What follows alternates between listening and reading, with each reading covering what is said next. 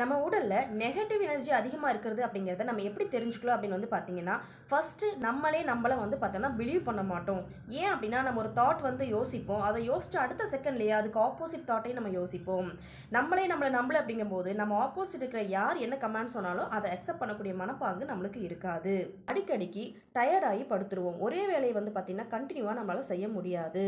இதுவும் இல்லாமல் வந்து பார்த்தீங்கன்னா, இது மட்டும் அல்லாமல் வயதானவர்களுக்கு அல்லது உடலில் குறைபாடு இருக்கிறவங்களுக்கு நம்ம வந்து உதவும்போது அவங்களுக்குள்ள நெகட்டிவ் எனர்ஜி கண்டிப்பாக நம்மளுக்கு ட்ரான்ஸ்ஃபர் ஆகும். இது அவங்களுக்கு மட்டும் கிடையாதுங்க. பொதுவாக மெடிக்கல் ஃபீல்டில் இருக்கிறவங்க, ஃபிசியோதெரபிஸ்ட்டு, வர்மம் செய்கிறவங்க, நாடி பார்க்குறவங்க, அதுக்கப்புறம் அக்குபஞ்சர் பண்ணுறவங்க, எந்த மெடிக்கல் ஃபீல்டு இருக்கிறவங்க எல்லாத்துக்குமே வந்து பார்த்திங்கன்னா முடியாதவங்களோட நம்ம அதிகமாக கனெக்ட் ஆகும்போது நமக்கு நெகட்டிவ் வர்றதுக்கான சான்சஸ் வந்து நிறையா இருக்கும். சில இடங்களுக்கு போனால் டக்குன்னு டயர்ட் ஆயிடுவோம். சில இடங்களுக்கு போயிட்டு வரும்போது உடனே ரெஸ்ட்லெஸ் ஆன மாதிரி நமக்கு ஒரு ஃபீல் ஆகும். இது எல்லாமே நம்ம நெகட்டிவ் எனர்ஜியை உள்ள ரிசீவ் பண்ணிட்டு வந்திருக்கோம்னு அர்த்தம். இதை ஷேபன முத்திரை.